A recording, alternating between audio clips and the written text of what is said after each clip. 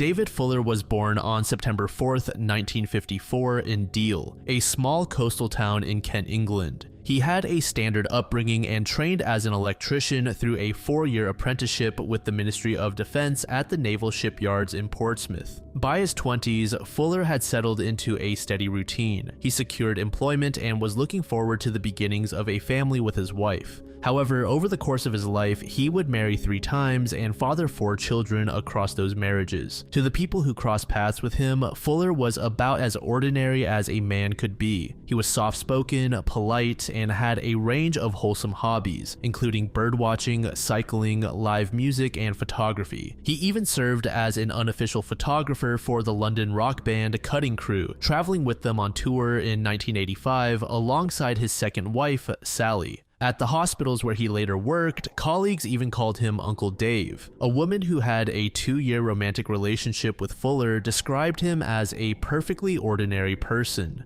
In 1989, he took a job as an electrical maintenance worker at the Kent and Sussex Hospital in Tunbridge Wells. It was stable, respectable work. He would remain employed by the NHS for the next 31 years, eventually becoming an electrical maintenance supervisor. He married his 3rd wife, Mala, in Barbados in 1999, and the couple settled into a quiet cul-de-sac in Heathfield, East Sussex. On the surface, nothing about David Fuller warranted a second glance, but there were cracks in the facade that nobody connected at the time. In 1973 and again in 1977, he had been convicted of a series of home burglaries that police termed creeper burglaries. These were break-ins through the rear windows of occupied homes. What made these crimes unusual was that Fuller did not steal anything of value during these intrusions. Despite these convictions, he was never sentenced to prison. He was spared jail time at Portsmouth Crown Court. And critically, when he applied for work at the NHS years later, Fuller never disclosed this criminal history on his employment paperwork, and no background check was ever performed to uncover it.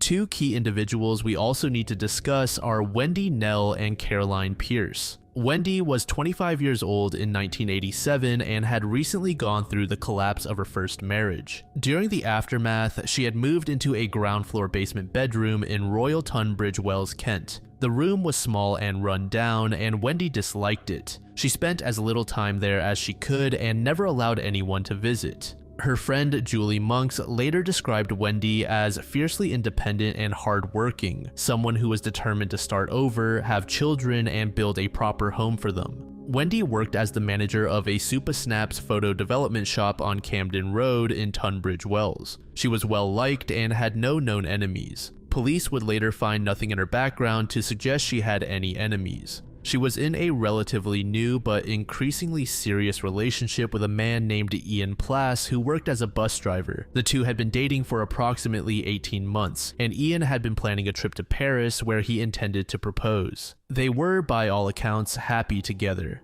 On the Monday evening of June 22nd, 1987, Ian and Wendy spent the evening together as they often did. As midnight approached, the couple arrived back at Wendy's basement bedroom on Ian's motorbike. Both had work the following morning, so Ian dropped Wendy off at the front of the building. He watched her walk down the path to the main door and get inside safely, then kissed her goodnight and drove away. What Ian did not know was that someone else had been watching Wendy too. The residents had a major weak spot. At the rear of the property, a kitchen window opened onto a poorly lit alleyway that ran behind the row of terraced houses. Wendy had been unable to close this window because the latch had been painted over, leaving it permanently open. The following morning, Tuesday, June 23rd, Wendy did not show up for work. This was out of character. Staff at the shop contacted her mother, Pam, who in turn called Ian and asked him to go check on her. Ian arrived at Wendy's place and peered through a window. He could see Wendy in her bed, but she was not responding to his voice. He managed to get into the flat, and what he found was a scene he would never recover from. Wendy was lying in her bed, naked and covered in blood. She was lying on her side, facing the wall. Ian, shaken and distraught, called the police. In a later statement, he said, "There was blood somewhere and I could see Wendy's head poking out from the top of the bed. Had I stayed with her that night, she would still be alive. Not a day goes by that I don't feel guilt about her death." Ian was ruled out as a suspect almost immediately. He passed away not knowing who killed the woman that he planned to marry. The post-mortem examination revealed that Wendy's head had suffered blunt force trauma. She was also raped and subsequently strangled to death. Prosecutors would later argue, based on evidence found decades later, that the sexual assault may have continued after Wendy was already dead. Police launched an investigation and began house-to-house inquiries in the surrounding area. A careful search of the bedroom yielded several pieces of forensic evidence that would prove critical, though not for another 33 years. A bloody fingerprint was found on a shopping bag inside the flat. A muddy, bloodied footprint was discovered on the cuff of a white blouse that had fallen onto the floor. The footprint came from a Clark Sports Track trainer and did not match any footwear belonging to Wendy, Ian, or anyone in Wendy's circle. Detectives believe this print belonged to the killer. Forensic scientists also recovered trace amounts of saliva and other DNA from Wendy's bedding, towel, and samples taken from her body. Several items were missing, including Wendy's personal diary and a set of keys. Detectives suspected the killer had taken them as trophies. There was no sign of forced entry through the front door, and officials later agreed that the killer had come and gone through the rear via the window Wendy could never close. As police canvassed the neighborhood, a disturbing pattern emerged. Several women in the area reported sightings of a prowler in the days and hours surrounding Wendy's murder, but critically, none of these incidents had been reported to police at the time they occurred. Just 24 hours before Wendy was killed, on Sunday, June 21st, a strange encounter had taken place less than 50 yards from her residence. A 19-year-old woman who lived in the same building was alone in her flat when her doorbell rang. When she answered it, an unfamiliar man was standing at her door. He said, "You shouldn't leave your window open, especially in the bedroom," then turned and walked away without another word. The young woman gave police a detailed description of this man, and a composite image was produced. The man was never identified or traced at the time. On the night of the murder itself, at approximately 10:30 p.m., another person who lived in the same building as Wendy spotted a suspicious man in the alleyway behind Guilford Road. The witness said the man appeared to be peering into the property directly opposite, watching through a window for several minutes before he moved on. The police were not called. Later that same evening at roughly 12:30 a.m., residents nearby reported that a peeping Tom had been seen outside a property. Then at approximately 1:10 a.m., neighbors on Guilford Road recalled hearing a car, possibly a blue Talbot Horizon, having difficulty starting while parked directly outside Wendy's home. By that time, Wendy was almost certainly already dead inside her room. 2 days after her death, an unexpected witness came forward and opened an entirely new line of investigation. The owner of Bits and Pieces, a secondhand goods shop in Tunbridge Wells that specialized in collector's items, contacted police and reported that he believed Wendy had been a regular customer. Over a period of roughly 9 months, a woman matching Wendy's description had visited the shop approximately once every couple of weeks, and each time she came in, she looked at or purchased model trains. This was puzzling. Model trains were not a known hobby of Wendy's, and none of the trains she reportedly purchased were found among her possessions. She had not kept them for herself, which led detectives to wonder who she was buying them for. This lead was never resolved, and the identity of the intended recipient, if there was one, remains unknown to this day. The other individual, Caroline Pierce, was 20 years old in 1987. Like Wendy, she worked on Camden Road in Tunbridge Wells.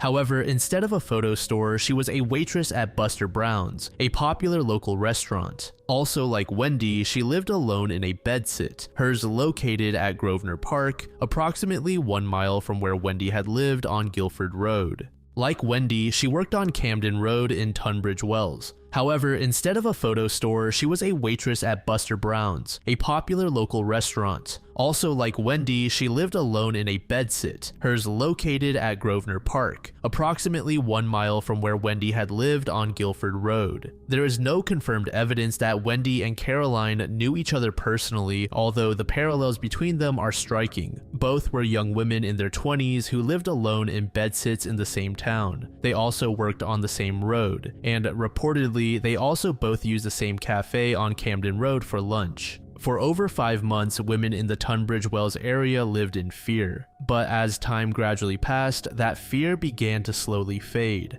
On the evening of Tuesday, November 24th, Caroline went out for a night with friends. The evening was unremarkable. No one in the group noticed anything unusual. At the end of the night, Caroline left alone and took a taxi home to her bedsit. It was approximately midnight when the taxi pulled up outside her building. Caroline got out and the driver watched her walk toward her front door before pulling away and turning the corner. Tragically, the taxi had barely rounded the bend when Caroline's killer struck. Neighbors heard a single scream from Caroline's doorstep. Some of them even looked outside their windows but saw nothing. The attacker had been waiting in the shadows and had overpowered and abducted the young woman.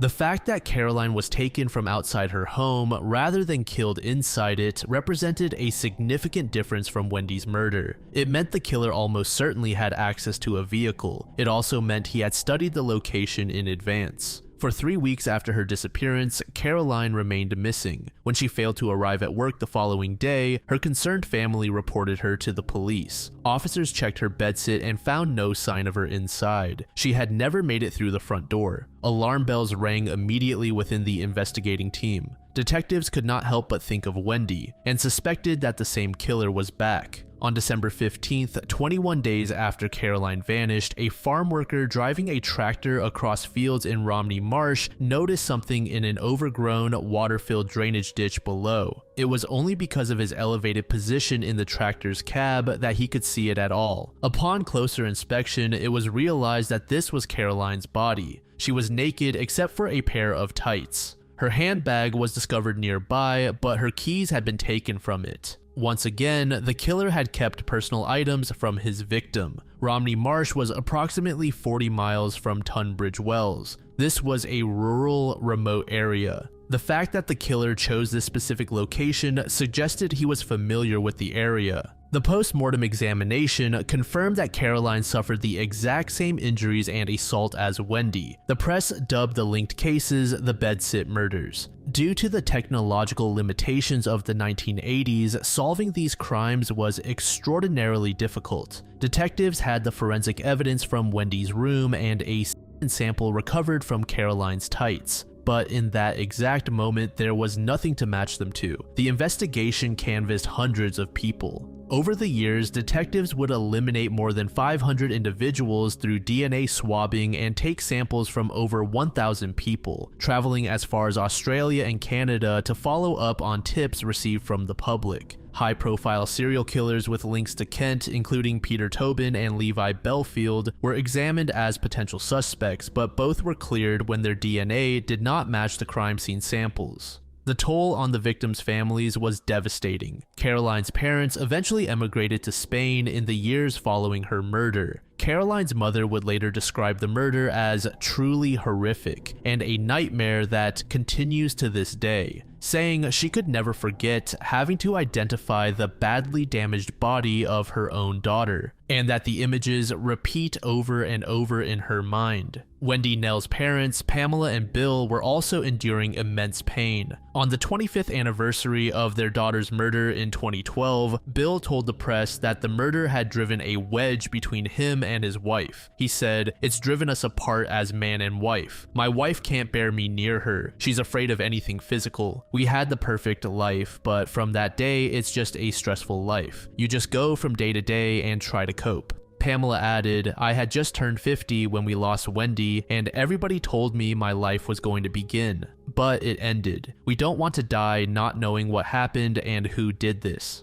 The family had been given a bottle of champagne after the murder and told to open it when the culprit was caught. After years of frustration and silence, the bottle was thrown away. In 2007, a formal cold case review was launched, and it produced the first major forensic development since the original investigation. Re-examination of the DNA samples from both crime scenes confirmed that the same unidentified male had committed both murders, but the identity of that man remained unknown. The profile still did not match anyone on the national database, which by 2007 had grown to contain millions of entries. Despite the confirmation, the case stalled once again. Fast forward to 2019, a breakthrough would occur. New laboratory techniques had been developed that allowed forensic scientists to extract viable DNA from severely degraded biological samples. Eventually, this led to officials building out a tree to a family with the surname Fuller. Scientists further narrowed down the match to a man named David Fuller, who seemed to fit all of the criteria in their suspect investigation. He was the proper age, lived in the right area, and at the right time. Investigators began building a background profile on Fuller, and what they discovered was both encouraging and troubling. Fuller had no significant criminal history known to police, at least nothing recent. At school, he had been in minor trouble for stealing bikes and damaging property in fires. But critically, he had also been convicted of creeper-type domestic burglaries in the 1970s, involving break-ins through rear windows on England's southern coast, the exact method of entry used in Wendy's murder. Further investigation also revealed that both sets of Fuller's grandparents had lived near Romney Marsh, the location where Caroline's body was dumped. He was staying in the area for a personal holiday at the time of the crime, and was said to frequent the location for bird watching. Additionally, one of the routes of a cycling club he belonged to also passed directly by where Caroline's body was found. The circumstantial evidence was mounting, but detectives needed the definitive forensic confirmation before they could act.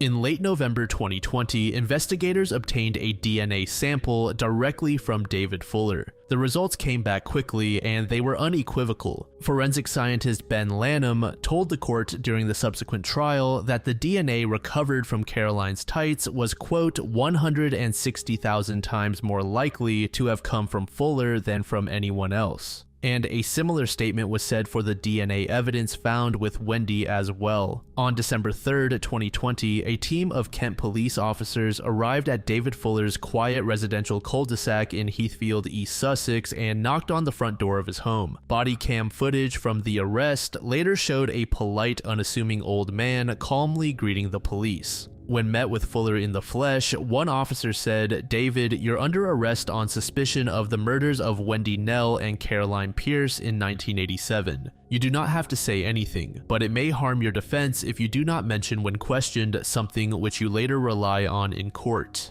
Fuller did not resist or panic. He simply complied. His third wife, Mala, was home at the time. The home, investigators noted, was noticeably well equipped with CCTV cameras on its exterior. Under questioning, Fuller lied about everything. He claimed he was not familiar with Tunbridge Wells, despite it being the nearest significant town to where he had lived and worked for decades. He denied ever visiting the Supasnaps photo development shop on Camden Road, where Wendy had worked. He also claimed he never visited the Buster Brown's restaurant, where Caroline had worked. As the interview proceeded, a specialist search team was simultaneously working through Fuller's Heathfield home. Fuller had obsessively recorded almost every aspect of his life for decades. He had kept personal diaries spanning years, filling them with entries about restaurants visited, trips taken, and daily activities. He had kept photographs documenting his hobbies of cycling rides, birdwatching excursions, and social events. He had kept invoices from every job he had completed as a maintenance man and electrician. He had kept receipts, paperwork, and records that most people would have discarded years ago. Further investigation revealed that Fuller had actually lived on the same road as Wendy during the 1970s and 80s before she moved into her bedsit. Paperwork confirmed he had lived and worked as an electrician in Tunbridge Wells at the time of both murders. Police contacted the cycling club Fuller had belonged to and spoke with members who confirmed the routes they had ridden during that era.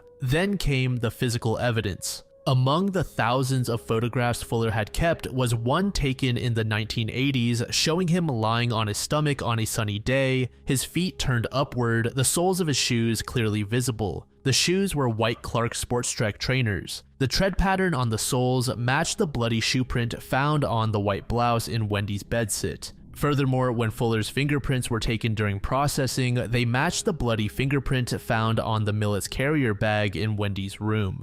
But the investigation was only just beginning. As police continued their search of Fuller's home, the investigation took a turn into territory no one could have anticipated. Officers recovered 100 hard drives from the home, along with 2,200 floppy disks, 1,300 CDs and DVDs, 30 mobile phones and SIM cards, and 34,000 photo prints, slides, negatives, and film rolls. The material was spread across his home office, his loft, and various rooms throughout the house. The sheer volume presented a logistical nightmare for investigators. According to police, a single hard drive alone contained more than 800,000 files, each of which had to be individually examined, a process that took an entire year for that one drive. In total, there was over 18 million videos and images combined. Dozens of officers were assigned to catalog, view, and categorize the material. Of the roughly 100 police officers working the murder case, only about a third were initially made aware of the parallel investigation into what the hard drives contained. The vast majority of the images were explicit adult material that Fuller had downloaded from the internet over many years. But interspersed among those millions of files was something far worse. The most critical discovery was made in Fuller's home office. Behind a chest of drawers inside a cupboard, detectives found a concealed holder that had been deliberately screwed to the back of the furniture. Police described it as a purpose-built secret compartment designed to evade detection.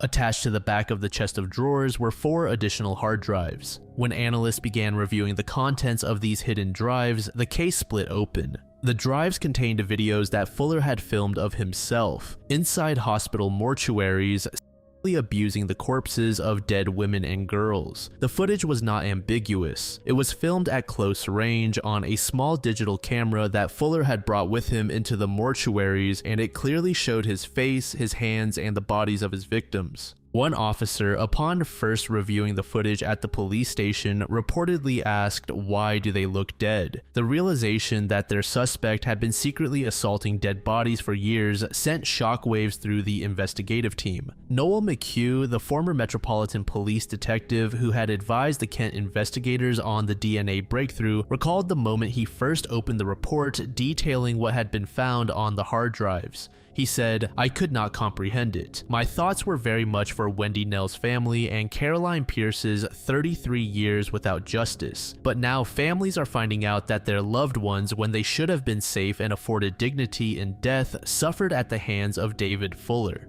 Prosecutor Duncan Atkinson would later describe the contents of Fuller's hard drives as a library of unimaginable depravity. Among the self-filmed mortuary footage, investigators cataloged just under 820,000 images and 504 videos of his abuse of corpses, but the material extended beyond the mortuary crimes. The collection also contained evidence of what prosecutors described as Fuller's, quote, persistent interest in abuse and murder of women, alongside one of the largest stashes of child abuse material ever discovered in Britain. Some of the hard drives had been labeled with the names of specific victims. Folders within the drives were sorted and categorized, and alongside the digital archive, officers found a handwritten notebook in which Fuller had recorded the names of the deceased women and girls he had abused. As mentioned, Fuller had worked in electrical maintenance at NHS hospitals since 1989, first at the Kent and Sussex Hospital in Tunbridge Wells, and then after that facility closed in September 2011, he began at the Tunbridge Wells Hospital in Pembury.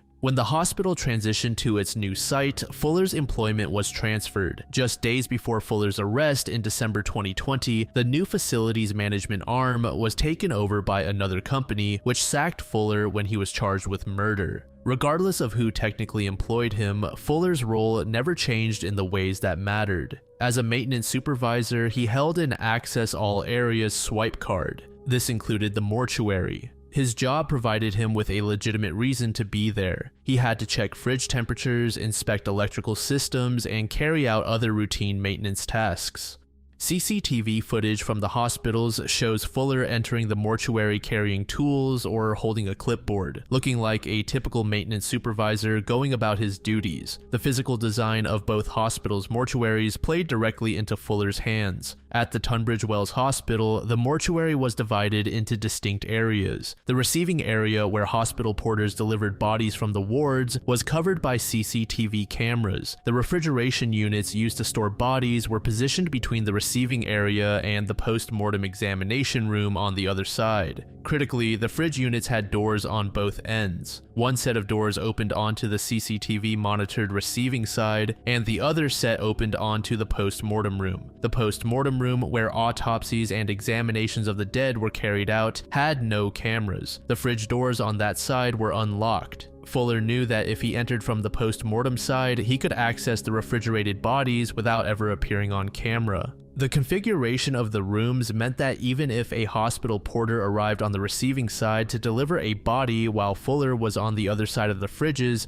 neither would see the other. Fuller could come and go through the mortuary completely unobserved. At the older Kent and Sussex Hospital, the situation had been even simpler. The hospital had swipe cards, CCTV, and intruder detection systems, but none of these systems were actually monitored for suspicious activity. Fuller generally worked a night shift, clocking in from 11 p.m. to 7 a.m. The mortuary staff who worked during the day finished at 4 p.m. After that, the mortuary was empty of all authorized personnel. Hospital porters might still visit the receiving area to deliver bodies from wards or the operating theater, but beyond that, the mortuary was unattended. This gave Fuller sometimes the entire night in which he was alone with the bodies. At any given time, there were between 20 and 25 women's bodies stored in the refrigerators. Fuller would enter the post-mortem room from the unmonitored side, open the unlocked fridge doors, remove a body, and commit his crimes. In some cases, he returned to the same body repeatedly over multiple days. In one documented instance, he came back to assault the same corpse over the course of 4 consecutive days. Between at least 2005 and November 2020, Fuller abused the bodies of at least 100 women and girls in the 2 facilities. Shockingly, in Fuller's place of residence, penetration of a corpse only carried a maximum sentence of 2 years. His victims ranged in age from a 9-year-old girl to a woman who had reached 100 years of age. 3 of his victims were children under the age of 18.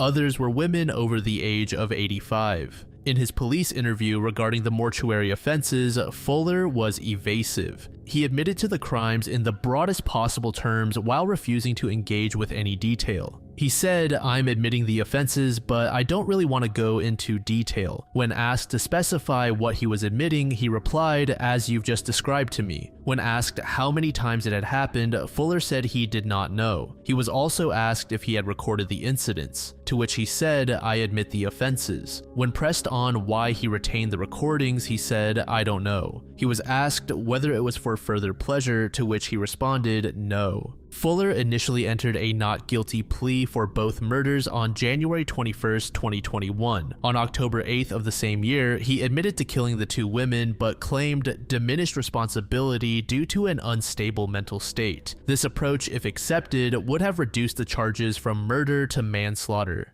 His trial began on November 1st, 2021 at Maidstone Crown Court. On the 4th day of the trial, as the full weight of evidence against him was laid out, Fuller changed his plea to guilty on both counts of murder. He had already pleaded guilty to 51 other offenses, including 44 charges relating to the abuse of 78 identified mortuary victims. On December 15th of the same year, Justice Chima Grubb sentenced Fuller to 2 whole life terms for the murders of Wendy and Caroline, with a concurrent 12-year sentence for the mortuary crimes. The sentencing hearing was marked by harrowing victim statements. The mother of the 9-year-old mortuary victim addressed Fuller saying, "You raped her. She couldn't say no to a dirty 66-year-old man who was abusing her body. I will never be able to get over this." In December 2022, he appeared at the Old Bailey and admitted to abusing 23 additional mortuary victims, bringing the total confirmed count to over 100. He was sentenced to a further 4 years in prison.